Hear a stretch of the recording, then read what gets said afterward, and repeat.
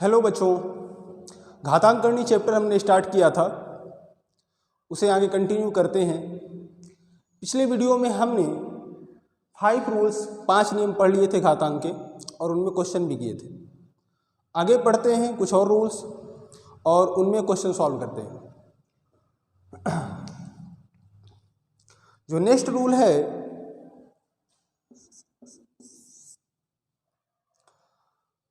यदि a की घात m गुणे b की घात m गुणे c की घात m, यदि आधार अलग अलग हैं लेकिन घातें एक जैसी हैं, बराबर हैं, तो हम इन घातों को एक साथ बाहर लिख सकते हैं। a गुणे b गुणे c की घात m। ओके, इन घातों को एक साथ हम बाहर कर सकते हैं और अगर ऐसा है तो जरूरत पड़ने पर हम इसे ऐसा भी लिख सकते हैं। दोनों साइड सही होता है ये। नेक्स्ट, इसी तरह डिवाइड में है, भाग में a की घात m बटे b की घात m, इसे हम कर सकते हैं एक साथ, दोनों से घात बाहर। और अगर ऐसा दिया हुआ है तो जरूरत पड़ने पर इसे हम ऐसा भी ले सकते हैं। ओके, कुछ और क्वेश्चंस करते हैं इसमें। कल हमने नियम के साथ साथ कई सारे क्वेश्चन भी सॉल्व किए पिछले वीडियो में, और यहाँ पर भी हम और भी सारे क्वेश्चन करेंगे ताकि आपको अच्छी तरह क्लियर हो जाए। यहाँ पर हम एक क्वेश्चन ले रहे हैं, यदि 8 की घात x प्लस 1 बराबर 64 हो 64, तो 3 की घात 2x प्लस 1 का मान क्या होगा। ओके, सभी चैप्टर मैथ में सिंपल हैं, ये भी सिंपल ही है। अगर हम इसे ठीक से समझ लेते हैं, कोई सा भी चैप्टर सिंपल ही हो जाता है। ध्यान से समझना इसे। कल मैंने बताया था आपको कि अगर घात में कोई चीज़ दी गई है और उसे हमें ज्ञात करना है तो हमें क्या करना होता है, दोनों साइड आधार बराबर करना होता है, फिर हम घात बराबर कर सकते हैं। तो यहाँ पर देखें, 8 की घात x प्लस 1, 64 को हम लिख सकते हैं, आधार दोनों साइड बराबर करना, 8 बनाना है तो 8 की घात 2। अब दोनों साइड आधार बराबर है तो घातों को हम बराबर कर देंगे, तो यहाँ से आ जाएगा x इक्वल 1। इस x की वैल्यू हम इसमें रख देंगे जो हमें ज्ञात करना है, 3 की घात 2x प्लस 1, तो 3 की घात 2, x की जगह क्या आया 1 प्लस 1 था। 2 1 कम 2 1 3, 3 की घात 3 तो 27। तो इसका आंसर आ जाएगा 27। तो एक ये सिंपल सा क्वेश्चन अभी हमने स्टार्ट किया है, कुछ अच्छे प्रश्न भी लेंगे और उनको सॉल्व करेंगे और समझेंगे। ओके, नेक्स्ट क्वेश्चन इसे ले रहे हैं हम। हर टॉपिक में, हर चैप्टर में हम जितने भी टाइप क्वेश्चन होते हैं, हर टाइप से मैं एक एक क्वेश्चन, दो क्वेश्चन आपको बताऊंगा और घर में आपको मैथ में प्रैक्टिस करना होगा। जो भी बुक आपके पास है आप इसे सीख कर अप्लाई करना चालू करें, क्योंकि मैथ में बिना प्रैक्टिस के आप नहीं कर पाओगे। आप कितना भी पढ़ लो, कुछ भी कर लो, जब तक आप घर में प्रैक्टिस नहीं करते हैं तो ना तो आपको स्पीड आएगा और ना ही आप अच्छे तरीके से कर पाएंगे। स्पीड के लिए हमें कोई खास स्पेशल ट्रिक्स या किसी की ज़रूरत नहीं होती, मैथ सीखने की ज़रूरत होती है। अगर आपको बनता है तो स्पीड अपने आप आ जाती है। तो इस क्वेश्चन को समझते हैं। देखो, आधार समान है तो गुणा करते समय घातें जुड़ जाएंगी। कौन सा रूल है? जो पहला ही था, आधार समान है तो गुणा करते समय घातें जुड़ जाएंगी। तो यहाँ पर घातों को हम जोड़ देते हैं, क्योंकि दोनों के आधार समान हैं तो घातों को जोड़ देंगे। 3 माइनस 6 इक्वल 3/5, 2x माइनस 1। यहाँ पर 3/5 की घात -3 हो जाएगा, उधर 3/5 2x माइनस 1। अब अगर देखें हम तो दोनों साइड आधार बराबर हैं, तो अगर आधार बराबर होते हैं, फोर्थ रूल्स, आधार बराबर है दोनों साइड तो घात भी बराबर ही होगी। ओके, तो यहाँ पर आधार बराबर हैं तो हम घातों को बराबर ले सकते हैं। तो -3 इक्वल 2x माइनस 1, इसे हमें सॉल्व कर देना है।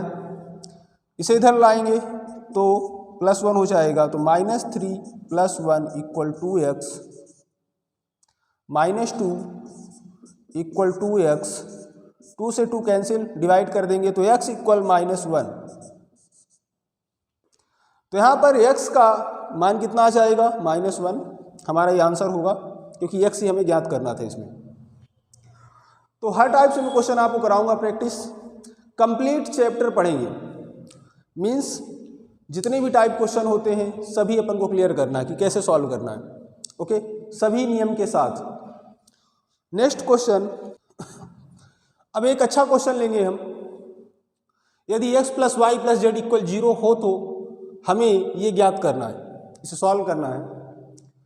एक्चुअल में जब हमें कोई भी क्वेश्चन बनता है तो सब सिंपल ही होता है, कोई भी टॉपिक या कोई चैप्टर बनता है। देखने में बहुत डरावना सा क्वेश्चन होगा बट ऐसा नहीं है, ओके।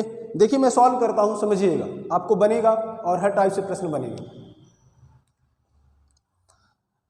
यहाँ पर देखें, 2x², इसकी घात ऋणात्मक है, y की घात -1 और z की घात -1। तो अगर इसे हम अंश से हर में ले जाएं तो धनात्मक हो जाएगा। कौन सा नियम? ये 3rd नंबर। अगर घात ऋणात्मक है तो अगर अंश से हर में ले जाते हैं तो घात धनात्मक हो जाती है। तो यहाँ पर भी इसे हर में ले जाएंगे y और z, फिर 2 की घात, x और z ऋणात्मक घात हैं, इनको हर में ले जाएं तो y² xz। 2 की घात, यहाँ पर x और y की घात ऋणात्मक है, तो इसे हम हर में ले जाएंगे तो धनात्मक हो जाएगी, तो z² xy। ओके, अब ये जो -1 है नीचे जाकर +1 धनात्मक हो जाएगा, तो +1 लिखने की जरूरत नहीं होती। अब देखें यहाँ पर आधार समान है, सभी के आधार 2 हैं, तो गुणा करते समय घातें क्या होंगी? जुड़ जाएंगी। तो जोड़ देते हैं इनको, x² yz plus y² xz plus z² xy। Okay, तो नेक्स्ट 2 की घात, अब देखो इनका एलसीएम लघुत्तम क्या आ जाएगा? x y z। लघुत्तम कैसे निकालते हैं जब वो चैप्टर हम पढ़ेंगे एलसीएम एचसीएफ, तो हम सीखेंगे। यहाँ मैं थोड़ी बता दे रहा हूँ आपको। पहले जो सभी में कॉमन हो, x दोनों में कॉमन है, ये आ जाएगा। फिर y इन दोनों में कॉमन है, ये आ जाएगा। फिर z इन दोनों में कॉमन है, आ जाएगा। अब क्या कुछ बचा? नहीं, सब कुछ आ गया, तो ये हमारा एलसीएम हो जाएगा। आगे सॉल्व करेंगे, yz से इसको डिवाइड करेंगे, जो हमारा लघुत्तम आता है ना उसको हम डिवाइड करते हैं, भिन्न का जोड़, फ्रैक्शन का जोड़ है ये। yz से इसको डिवाइड करेंगे तो x बचेगा, और x जो बचता है ऊपर मल्टीप्लाई हो जाता है अंश में, तो x का गुणा x² में, तो x³ प्लस इसी तरह यहाँ y³ और इसी तरह यहाँ पर z³। ओके, अब देखो हमें दिया गया था यदि x + y + z = 0 हो तो अगर ऐसा होता है, यदि x + y + z = 0 अगर ऐसा रहता है तो एक आइडेंटिटी होती है। यदि x + y + z = 0 है तो होता है x³ plus y³ plus z³ equal 3xyz। Okay, ये कब होगा? जब x + y + z = 0 हो। तो यहाँ पर इसकी जगह हम 3xyz ले सकते हैं यहाँ पर, तो ये बन जाएगा 2 की घात 3xyz अपॉन xyz। xyz से xyz कैंसिल, तो बचेगा 2 की घात 3, कितना हो जाएगा? 8। तो ये हमारा आंसर हो जाएगा। ओके, इस क्वेश्चन में देखो हमें ये आइडेंटिटी पता होना चाहिए, तभी हम सॉल्व कर सकते हैं। जैसे जैसे हम मैथ पढ़ते जाएंगे काफ़ी कुछ सीखते जाएंगे, बहुत सारी आइडेंटिटी जो हमें बननी चाहिए मैथ सॉल्व करने के लिए। ओके, इसे कॉपी कर लेंगे। नेक्स्ट, रिसेंटली अभी जितने भी पेपर हुए हैं या जो हो रहे हैं, आप लोगों ने देखा होगा कि पेपर पूरा मैथ बेस्ड हुआ जा रहा है सॉरी, क्योंकि रीजनिंग ज़्यादातर लोग कर ले रहे हैं। जीके तो ऐसा आ रहा है कि जिन्होंने बहुत ज़्यादा पढ़ा है और जिन्होंने कम पढ़ा है, डिफरेंस बहुत ही कम हो रहा है नंबर का। अब जिनको मैथ अच्छा खासा आ रहा ना, अच्छी तरह से मैथ, वो स्कोर कर जा रहे हैं। आगे भी पेपर ऐसे ही रहेंगे। ग्रुप डी आप जानते हैं मैथ, रीजनिंग और साइंस पे बेस्ड है पूरा, और जितने भी पेपर होने हैं अगर मैथ अच्छा है आपका तो आप स्कोर कर सकते हैं। पर इसका मतलब ये बिल्कुल भी नहीं कि आप और सब्जेक्ट नहीं पढ़ें, ओके, क्योंकि हमारे लिए 2 नंबर 4 नंबर भी बहुत महत्वपूर्ण है। जब आप कट ऑफ के पास पहुंच जाते हैं ना, तो 1 नंबर भी महत्वपूर्ण हो जाता है।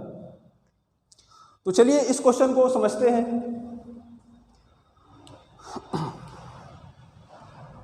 देखो यहाँ पर गुणा हो रहा है, घातें दी गई हैं अलग अलग। जब तक इनके आधार बराबर नहीं होंगे, अगर हम इनको आधार बराबर कर लेते हैं तो ये वाला रूल हम अप्लाई कर सकते हैं इसमें। तो ये 2 है तो इनको भी हम 2 बना रहे हैं, तो 4 को हम लिख सकते हैं 2 की घात 2 और घात में 2.3 गुणे 2 की घात 2.3 गुणे 8 को 2 बनाने के लिए हम लिख सकते हैं 2 की घात 3 और घात में 1.7। अभी एक रूल है जो हम आगे पढ़ने वाले हैं, ये क्वेश्चन मैंने पहले ले लिया, हम पढ़ेंगे। अगर घात में घात होती है, जैसे यहाँ पर है, ये 2 प्रकार से रहता है, दोनों को हम समझेंगे आगे। अगर ऐसा है घात में घात, तो इनका घातों का आपस में गुणा हो जाता है, ओके। तो यहाँ पर हम गुणा कर देंगे घातों का, इसका गुणा इसमें हो जाएगा 2 तिहाई 6, 2 दूनी 4, 4.6 गुणे 2 की घात 2.3 गुणे, यहाँ गुणा हो जाएगा तो 5.1। अब आधार समान है तो गुणा करते समय घातें जुड़ जाएंगी। सबको जोड़ देते हैं, 4.6 प्लस 2.3 प्लस 5.1, ये हो जाएगा 6 3 9 1 10, 5 4 9 1 10 2 12, ओके। तो 2 की घात 12 इसका आंसर आ जाएगा। अब ऑप्शन देख लेना है कि क्या आपको 2 की घात 12 निकाल के रखना है या ऐसे ही ऑप्शन दिया गया है। अगर ऐसा है तो ऐसे ही आंसर होगा, वरना आप क्या करें इसे, अगर 2 को 6 बार हम गुणा करें तो 64 आएगा, तो 64 × 64 कर लेंगे तो 2 की घात 12 आ जाएगा, क्योंकि 2 की घात 12 है, 12 बार गुणा करना है 2 का हमें। आप 6 बार कर लो, 64 आएगा, जो नेक्स्ट 6 बार होगा वो भी 64 होगा, तो आप 64 × 64 कर लेंगे तो ये आ जाएगा, ओके। नेक्स्ट रूल, x की घात a की घात b की घात c, अगर ऐसे ब्रैकेट लगा कर दिया गया है आपको, तो घात का आपस में गुणा हो जाता है। ये हो जाएगा x की घात a गुणे b गुणे c, a × b × c। तो अगर घात में घात है तो घातों का आपस में गुणा हो जाता है।